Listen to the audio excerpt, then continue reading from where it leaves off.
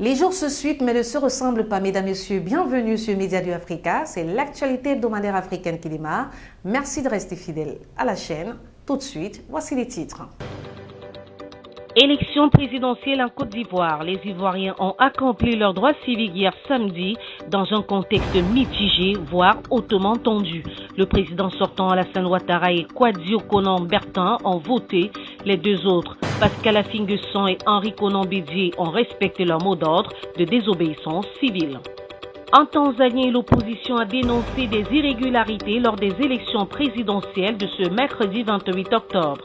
À l'issue du vote, de nombreuses plaintes ont été enregistrées, notamment le bourrage des urnes en faveur du président sortant tanzanien John Magufuli. Au Congo, commémoration des 80 ans du manifeste de Brazzaville. Cet énième anniversaire a été célébré cette année à travers un colloque international. Au moins 4 chefs d'État africains ont saisi cette opportunité pour appeler à plus de solidarité dans la lutte contre le terrorisme qui secoue le continent. Un peu de tourisme dans cette édition. Destination Sénégal, une balade en mer sur les côtes dakaroises vous attend dans la suite de cette page sur l'actualité hebdomadaire africaine. Mesdames, Messieurs, voilà pour les titres. Le développement, c'est dans un instant.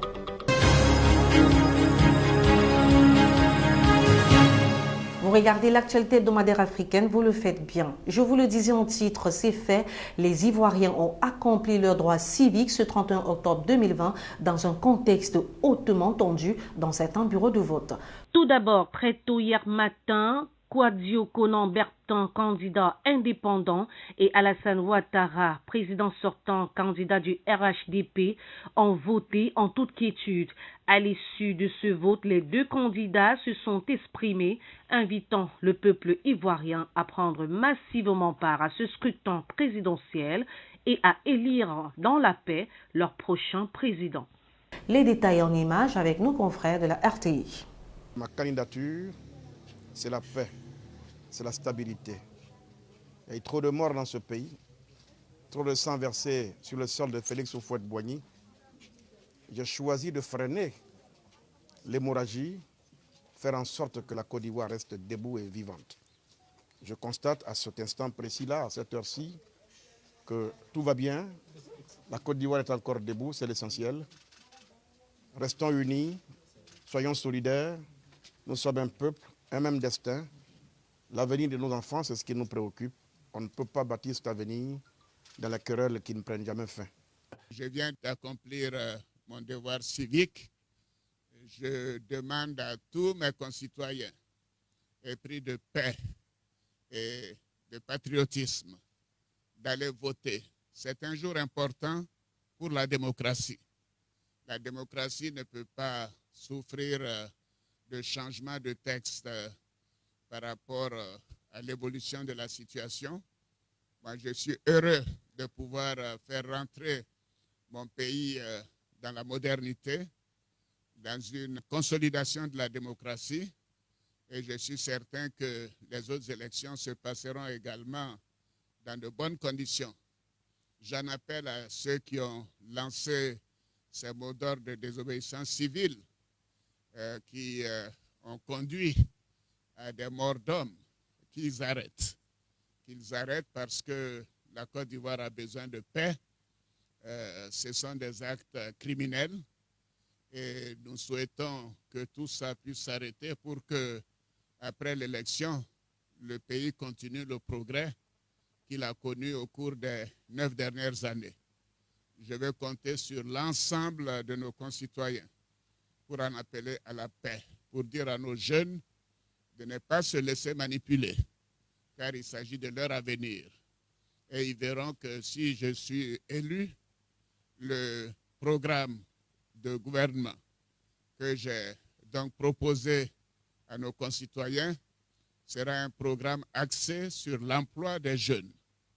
Donc je dis aux jeunes, faites-moi confiance, nous avons un beau pays, les choses se passent bien et continuez d'avoir confiance. Deux candidats en lice pour cette présidentielle de 2020 n'ont pas voté. Il s'agit de Pascal Affi Nguesson et Henri Konan Bédié qui ont appelé à la désobéissance civile dès le début de la campagne présidentielle. Un boycott qui a été observé à certains endroits du pays, comme nous le renseigne Myriam, cette correspondante de France 24. La ville de Daoukro, fief de l'opposition, l'un des bastions de l'opposition, où des bureaux de vote on a bloqué l'accès aux bureaux de vote, où des routes ont été barrées pour empêcher l'acheminement du matériel électoral. C'est aussi le blocage des routes pour empêcher l'acheminement du matériel électoral, blocage des bureaux de vote. Alors, ce sont des incidents qui étaient prévisibles. Cela fait plusieurs semaines que la situation est tendue, notamment dans ces bastions de l'opposition. Des troubles ces dernières semaines ont fait au moins 30 morts selon les autorités et près de 70 morts selon l'opposition. Donc voilà ce qu'on peut dire aujourd'hui sur ces incidents qui nous sont signalés ici et là dans les bastions de l'opposition. Rappelons qu'à la veille du scrutin de ce samedi 31 octobre, l'ex-président ivoirien Laurent Gbagbo a fait une sortie inédite où il a fustigé le non-respect de la Constitution par Alassane Ouattara. Il a par ailleurs appelé les candidats en course pour le palais présidentiel ivoirien à négocier pour éviter ce qu'il a appelé la catastrophe. La sortie de Laurent Gbagbo dans cette interview avec la journaliste de TV5 Monde, Denise Epoté. Discuter. Négocier, parler ensemble. Il est encore temps de le faire? Toujours. Il est toujours temps de le faire. Des mots soigneusement pesés pour un appel aux forces politiques ivoiriennes. Avec un air de sage, Laurent Gbagbo sort d'un très long silence. Mais derrière son verbe ciselé, l'ancien président multiplie les attaques contre son rival, Alassane Ouattara. Gbagbo dit comprendre la colère des opposants à un nouveau mandat de l'actuel chef de l'État. On écrit dans la Constitution que le nombre de mandats est limité à 2. Pourquoi veut-on faire un 3e mandat? Il faut qu'on respecte ce qu'on écrit. Oui. Le ton ferme, mais avec par moments quelques pointes d'humour, notamment quand il reproche à Alassane Ouattara une certaine inélégance en l'empêchant de rentrer au pays. Même dans nos villages, quel que soit le pays africain, quelqu'un qui vient de prison, on ne lui interdit pas de rentrer dans son village. On lui dit d'abord Yako. Oui, on vient et on lui dit d'abord Yako. Sauf que Laurent Gbagbo est toujours à Bruxelles et son rire peine à cacher une certaine amertume depuis son acquittement par la Cour pénale internationale. Salut le président. Moi, je ne suis qu'un prisonnier. Un ex. Oui, mais tant que je ne suis pas rentré chez moi, je me considère encore un tout petit peu comme un prisonnier. Condamné à suivre la crise électorale à distance, celui qui a dirigé la Côte d'Ivoire entre 2000 et 2011 fait un retour médiatique très remarqué, à seulement 48 heures de la présidentielle. Laurent Gbagbo est une personnalité qu'on ne présente plus. C'est l'ex-président ivoirien déchu et arrêté à Abidjan le 11 avril 2011 après une crise post-électorale qui avait duré 4 mois et avait fait des milliers de morts. Retour sur les 10 dernières années de l'ex-président de Côte d'Ivoire, Laurent Gbagbo, que personne n'est prêt d'oublier. Le récit de Matos de TV5 Monde. Cette image a fait le tour du monde et choqué l'opinion. Laurent Gbagbo, comme surpris au saut du lit, finalement capturé dans sa résidence de Cocody à Abidjan. Je souhaite qu'on arrête les armes, qu'on rentre la partie civile de la crise et qu'on la conclue rapidement pour que le pays reprenne. L'assaut aura duré 12 jours, avec en appui des forces rebelles pro-Alassane Ouattara, les blindés et les moyens aériens de l'armée française et de la mission de l'ONU en Côte d'Ivoire. Laurent Gbagbo est conduit à l'hôtel du Golfe QG du camp Ouattara à Abidjan et placé en état d'arrestation. Sa capture met fin à une crise post-électorale de 4 mois, une crise qui a fait des milliers de morts. Le soir même, Alassane Ouattara prend la parole à la télévision nationale. je demanderai au garde des Sceaux, ministre de la Justice et des Droits de l'Homme, d'engager une procédure judiciaire à l'encontre de M. Laurent Gbagbo, de son épouse et de ses collaborateurs. La suite pour Laurent Gbagbo se jouera en effet sur le terrain judiciaire, dans son pays d'abord, où il passe 8 mois en détention préventive pour crimes économiques. Monsieur et Madame Laurent Gbagbo sont inculpés pour des infractions économiques, à savoir vol aggravé, détournement de deniers publics, concussion, pillage et atteinte à l'économie nationale. Et puis le 30 novembre 2011, c'est la Cour pénale internationale de La Haye qui l'inculpe pour 4 chefs d'accusation de crimes contre l'humanité. Il est transféré aux Pays-Bas. Son procès s'ouvre plus de 4 ans plus tard. Monsieur Gbagbo, plaidez-vous coupable ou non coupable? Merci, Monsieur le Président. Je plaide non coupable. Des mois, des années d'audience, d'interrogatoires, de contre-interrogatoires, suivis de près par ses partisans au pays. Pour que finalement, l'ancien président ivoirien soit acquitté en première instance, le 15 janvier 2018. Laurent Gbagbo est remis en liberté. Il sera accueilli par la Belgique, où il réside toujours. La procureure générale de la Cour pénale internationale a fait appel de son acquittement en septembre dernier. Laurent Gbagbo ne peut, en attendant un éventuel second procès, retourner dans son pays. Il s'était astreint jusqu'ici au silence. En Tanzanie, l'opposition dénonce des irrégularités lors des élections présidentielles de ce mercredi 28 octobre. À l'issue du vote, de nombreuses plaintes enregistrées, notamment le bourrage des urnes en faveur du président sortant John Magufuli. Une correspondance de France 24. Le Parti de la Révolution du président sortant John Magufuli, candidat à sa propre réélection pour un second et dernier mandat de 5 ans, s'est félicité de cette journée d'élection. Il n'y a, selon ce parti, pas eu de troubles majeurs lors du scrutin. Mais voilà, ce n'est pas l'opinion des partis d'opposition, notamment à Zanzibar, où aux alentours de 2 h du matin, l'un des principaux responsables de l'opposition a expliqué que des hommes armés avaient effectué un raid sur ses locaux, kidnappant plusieurs de ses agents de sécurité. Plus tard dans la journée, c'est Tundu Lissu, le principal candidat de l'opposition, qui s'est exprimé sur Twitter. Il a publié une vidéo d'hommes détenant de nombreux bulletins marqués du nom de John Magufuli. Selon lui, c'est la preuve qu'il y a des bourrages d'urnes et des fraudes massives lors de cette élection. Mais voilà, impossible de vérifier cette information puisqu'il y a très peu de journalistes internationaux présents en Tanzanie, puisque le pays a refusé de les accréditer pour pouvoir suivre cette élection. Durant toute la journée, de nombreux réseaux sociaux ont été bloqués, comme le réseau social Twitter, et les messageries SMS ont aussi été perturbées, puisqu'il était impossible d'envoyer des messages contenant le nom des principaux responsables de l'opposition. Selon de nombreuses organisations de défense des droits de l'homme, c'est un fait extrêmement inquiétant pour les prochains jours. En attendant, les résultats doivent être publiés d'ici maximum une semaine.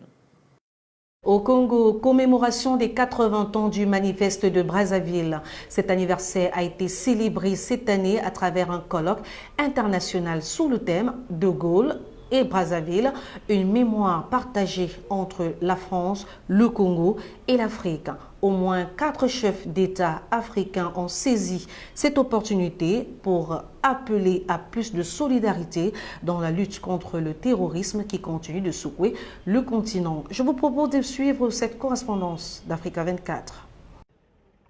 3 chefs d'État africains ont répondu à l'invitation de leur homologue congolais Denis Sassou Nguesso à la commémoration du 80e anniversaire du manifeste de Brazzaville, célébré cette année à travers un colloque international du 27 au 28 octobre 2020 sous le thème De Gaulle et Brazzaville, une mémoire partagée entre la France, le Congo et l'Afrique. Il s'agit du maréchal Idriss Déby Itno du Tchad, Félix Antoine Tshisekedi de la République démocratique du Congo, Faustin Archange Touadéra de la République centrafricaine. De toute l'Afrique équatoriale française et de sa capitale Brazzaville, partirent en effet des milliers de combattants de différentes nationalités, camerounais, centrafricains, gabonais, tchadiens, et congolais. Ils partirent avec enthousiasme se battre avec bravoure dans le désert de Birakem. Par ailleurs, les premiers ministres Joseph Dion Ngouté du Cameroun, Rose Christiane Osuka Raponda du Gabon et le ministre français de l'Europe et des Affaires étrangères Jean-Yves Le Drian ont représenté le chef d'État. Le manifeste de Brazzaville représente un tournant décisif dans l'histoire de la France libre. Il a généré les premiers grands ralliements africains qui ont joué un rôle important en France sous l'occupation nazie. La France libre fut africaine, mais cette histoire a longtemps été curieusement occultée, comme reléguée dans l'ombre des exploits de la résistance intérieure, de la lutte alliée, auxquels de très nombreux travaux ont bien sûr été consacrés. Et je pense que, 80 ans après, il faut remédier à cet oubli historiographique. Le manifeste du 27 octobre est encadré par un discours que De Gaulle prononce à la radio Brazzaville le 26 octobre 1940 et un autre le 27 octobre, le même jour du manifeste, à la radio de Léopoldville, actuelle Kinshasa. Parlons à présent de la Guinée-Conakry. Première sortie pour le président Alpha Condé et l'opposant Cellou Dalein Diallo. Le président réélu Alpha Condé s'est rendu au chevet des militaires et des civils blessés lors des violences post-électorales. L'opposant Cellou Dalein Diallo, quant à lui, est désormais libre de tout mouvement après 8 jours sous le barrage des forces de l'ordre à son domicile. Cependant, il clame toujours sa victoire et compte saisir le Conseil constitutionnel. Je vous propose de suivre ce commentaire déguisé de TV5 Monde. Il est enfin sorti. Alpha Condé, le président guinéen, est réapparu pour la première fois depuis le jour du vote. Sous bonne escorte, il est allé faire le tour de 2 hôpitaux de Conakry, un établissement militaire qui soigne policiers et soldats blessés et l'hôpital Donka qui soigne des civils. Les derniers jours ont été particulièrement violents en Guinée. Après la proclamation de la victoire du président sortant, de nombreux heurts ont eu lieu. Les troubles ont fait 21 morts selon le gouvernement, 27 selon l'opposition. Mais un semblant de calme semble s'imposer et Alpha Condé se pose en rassembleur. Pour moi, il était très important de connaître la situation de ces malades-là pour voir exactement. Et je félicite, je remercie nos médecins pour les soins qu'ils ont pratiqués sur toutes ces victimes, de toute façon indifférentes, qu'elles soient militaires ou civiles. C'est extrêmement important pour nous. Parce que tous les Guinéens sont égaux devant la santé comme devant la loi. Une autre personnalité a pu prendre l'air aussi. Cellou Dalein Diallo, le chef de l'opposition, est candidat à la présidentielle. Il était bloqué à son domicile par les forces de l'ordre, mais ce mercredi, elles se sont retirées. Il a pu recevoir ses partisans. Le chef de l'UFDG, crédité de 33,5% des voix, revendique toujours la victoire. Il affirme que les résultats officiels sont frauduleux et il compte maintenant saisir la Cour constitutionnelle. Je ne veux pas que les gens considèrent que cet allègement, si on peut l'appeler ainsi, doit occulter l'objectif que nous avons, c'est celui de défendre jusqu'à la victoire qu'on a acquise dans les urnes, et de refuser par tous les moyens justement le hold-up électoral que M. Alpha Condé est en train de préparer. C'est tout le dispositif sécuritaire qui semble avoir été allégé mercredi dans la capitale guinéenne. L'armée en particulier est moins visible, résultat peut-être de la visite des médiateurs de la CEDEAO et de l'Union africaine mardi. Ils avaient réclamé en particulier la fin du blocus du domicile de Cellou Dalein Diallo. Au Kenya, il y a eu un débat sur la réforme de la Constitution au Parlement. Le président Uhuru Kenyatta veut une modification de la Constitution qui devra réintroduire le poste de Premier ministre.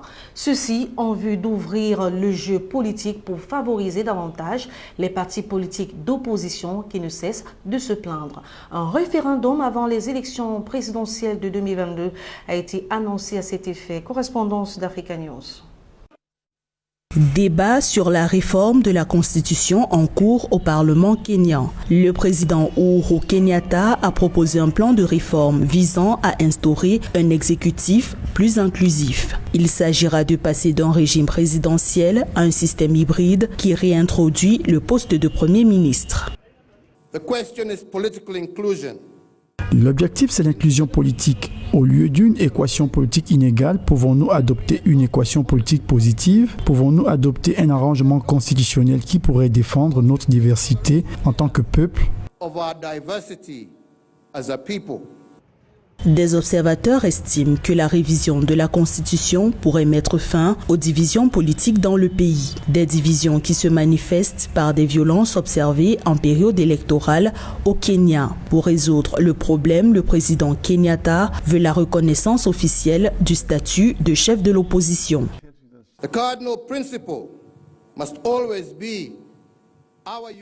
La principale orientation doit toujours être notre unité dans la diversité. En effet, la Constitution de 2010 nous a permis de combler de nombreuses failles politiques. Mais il reste que le jeu est toujours déséquilibré, marqué par une logique où le gagnant remporte tout et le perdant s'en tire démuni.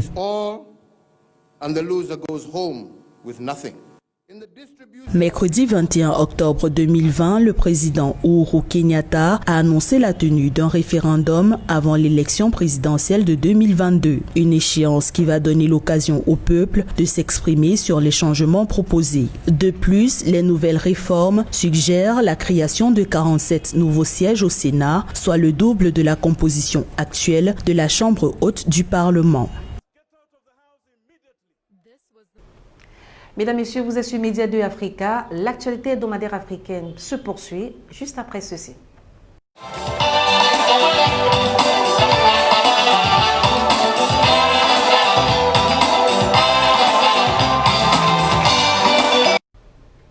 Mesdames, Messieurs, vous êtes de retour sur le plateau de l'actualité hebdomadaire africaine. Vous le faites bien. Au Cameroun, une semaine après les massacres de Koumba dans la région du Sud-Ouest, la douleur est toujours vive et les parents des victimes restent inconsolables. Des marches d'indignation, des rassemblements de protestation contre l'assassinat de ces écoliers ont été initiés à travers le pays. Retour sur l'un des moments forts de ces manifestations avec Sandrine Gomez de France 24.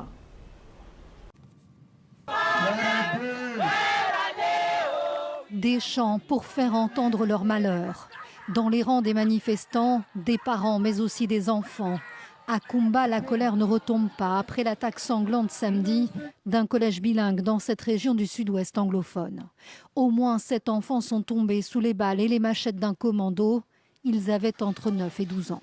Like a father, I think I would not have remained indifferent when I saw their lifeless bodies lying in the mortuary.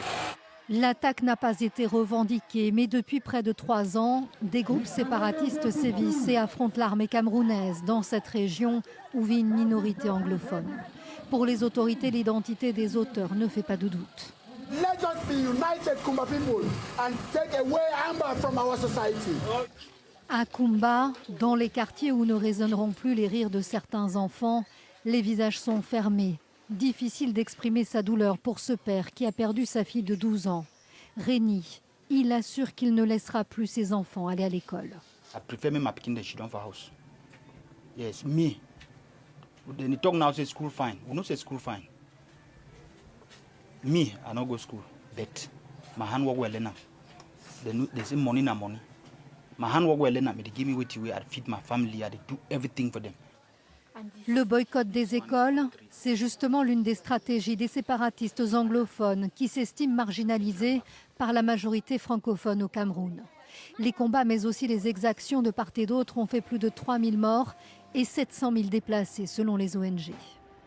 Rappelons que samedi 31 octobre était jour de deuil national sur toute l'étendue du territoire en mémoire de ces écoliers tués en plein cours dans l'école Moda Francisca de Koumba dans la région du Sud-Ouest Cameroun. À présent, parlons du Mali. Peine de mort pour les 2 accusés djihadistes des attentats de Radisson Blu et de la terrasse de Bamako en 2015. Environ une dizaine de millions d'amendes à payer par les auteurs de cet attentat. Une peine lourde qui a été prononcée à l'issue de 9 heures d'audience. Kaourou Magassa de TV5 Monde a suivi durant de longues heures ces audiences. Voici son commentaire. Dans les 9 heures de procès, Fawaz Ould-Ahmed, alias Ibrahim 10, n'a montré aucun remords. Ses premiers mots à la barre ont été « Je suis un moudjahidine djihadiste ». Par la suite, il confirmera être un membre actif d'Al-Mourabitoun, un groupe terroriste lié à Al-Qaïda au Maghreb islamique. Ensuite, il parlera de son implication dans les attentats de la Terrasse, un restaurant de Bamako où il tuera 5 personnes en 2015. Il a également planifié les attentats de l'hôtel Radisson Blu de Bamako qui ont fait 20 morts plus les 2 assaillants. Pour ces faits, il a été condamné à la peine de mort avec son co-accusé Sadou Chaka et à 10 millions d'amendes chacun, ce qui satisfait entièrement les parties civiles. Le fait qu'ils prennent la peine de mort, la peine capitale, même si la peine n'est plus, il n'y a plus d'exécution au Mali, mais c'est quand même un avertissement sérieux à l'endroit de tous ceux qui sont tentés d'aller vers de telles pratiques hautement répréhensibles et vraiment contraires à tout, à la religion, à la morale, à tout. Fawaz Ould-Ahmed, alors de sa dernière prise de parole, demandait pardon aux victimes maliennes et de confession musulmane. Lui et son co-accusé Sadou Chaka disposent de 3 jours à travers leurs avocats pour se pourvoir en cassation s'ils contestent la décision et la sentence. Rappelons tout de même que depuis les années 80, il existe un moratoire sur la question de la peine de mort qui n'est plus appliquée au Mali. Au Gabon, des espèces sonnantes et trébuchantes dans l'escarcelle du réseau national des journalistes indépendants. Tous les postulants de cette association ont reçu du ministre gabonais de la Communication leur subvention sans condition aucune. Correspondance de Libreville, Patrick Simangoy. Ne pouvant rester insensible à l'acte inédit qu'a posé le ministre d'État à la Communication et à l'économie numérique, Edgar Anissé Mboumboumiakou, qui a sagement décidé d'octroyer la subvention à la presse cette année aux 56 postulants, le réseau national des journalistes indépendants, RENAGI, magnifie le geste du patron de la communication. Le ministre d'État, ministre de la Communication et de l'économie numérique, a décidé en toute discrétion d'octroyer la subvention à tous les directeurs de publication qui ont exprimé la demande. Un fait inédit depuis la mise en place de cette subvention d'aide à la presse privée, décidée à l'époque par feu président Omar Bongo Ondimba. Et les responsables d'entreprises de presse vous en sont infiniment reconnaissants, monsieur le ministre d'État. Le RENAGI salue également la volonté du ministre d'État Mboumboumiakou de contribuer à l'éclosion d'une presse libre dans un contexte difficile. Et en cette année particulière marquée par la pandémie du coronavirus qui a sérieusement impacté le secteur de communication, cette décision n'est donc pas un acte de laxisme ou d'injustice pour encourager ceux qui ne sont pas en règle, ni un déni des conclusions de la Commission. Elle traduit tout simplement une volonté de soutenir les plus faibles en cette période difficile. C'est cela aussi la solidarité dont se clament les plus hautes autorités. C'est le lieu ici d'interpeller tous les bénéficiaires et particulièrement ceux qui n'ont pas rempli les critères d'éligibilité à se mettre en règle pour que demain, tous les postulants à cette aide soient traités sur le même pied d'égalité. Pour mémoire, c'est à l'issue des récents travaux en commission relative au fonds d'aide à la presse que face aux entreprises de presse n'ayant pas réuni tous les critères d'éligibilité, le ministre d'État a décidé, en toute âme et conscience, de procéder à un arbitrage susceptible d'oxygéner les éditeurs en difficulté. Un peu de tourisme dans ce journal Destination Sénégal, une balade en mer sur les côtes dakaroises, ça vous dirait? Alors je vous invite à découvrir cette carte postale de Katou Ngueye, une consoeur de la RTS, la radio-télévision sénégalaise.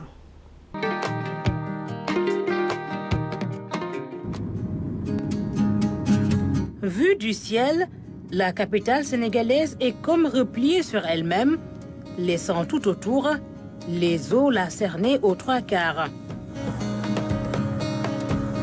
Il faut s'avancer plus profondément dans ces eaux pour s'offrir une autre vue de Dakar, celle d'une ville parfaitement intégrée à l'Atlantique. Omar Niang oriente le regard sur cet aspect de Dakar. Il organise régulièrement des balades où l'on s'approche au plus près de cette vie sur mer. Actuellement, on est au phare des Almadies, donc c'est le phare que vous voyez derrière nous. Donc c'est la lumière qu'on voit à partir des Almadies, donc c'est pour vraiment faire la balise au niveau de la mer. Indiquer les bateaux que cette zone-là est une zone dangereuse, où il y a des épaves de bateaux qui sont à côté, donc c'est pour vraiment les éloigner de la côte. Donc c'est un phare qui qui est vraiment très joli à prendre les photos. Donc quand on quitte pour venir à la balade, c'est la première partie. Donc on vient ici pour faire du shooting. De l'histoire, une vision à la loupe et un cadre de cartes postales pour ferrer des amoureux d'aventure à immortaliser. C'est quelque chose que je n'ai jamais vécu.